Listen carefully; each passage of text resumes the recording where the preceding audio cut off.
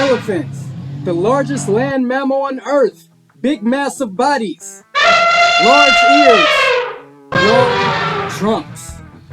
Known a big bad elephant, the original home in which they roam is Africa. What do elephants represent besides of the home of the apes?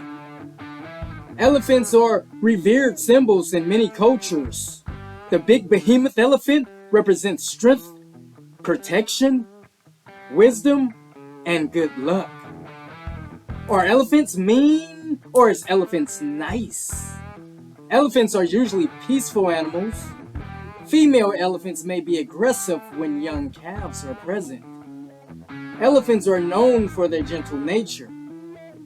But don't harass the elephant. Don't make the elephant feel threatened. When elephants do get aggressive, they can charge up to 30 miles per hour.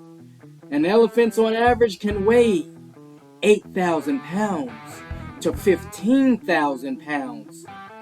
Now, the largest elephant on record was an adult male African, Savannah elephant. He weighed about 24,000 pounds. Now you may ask yourself, how many species of elephants are there in the world?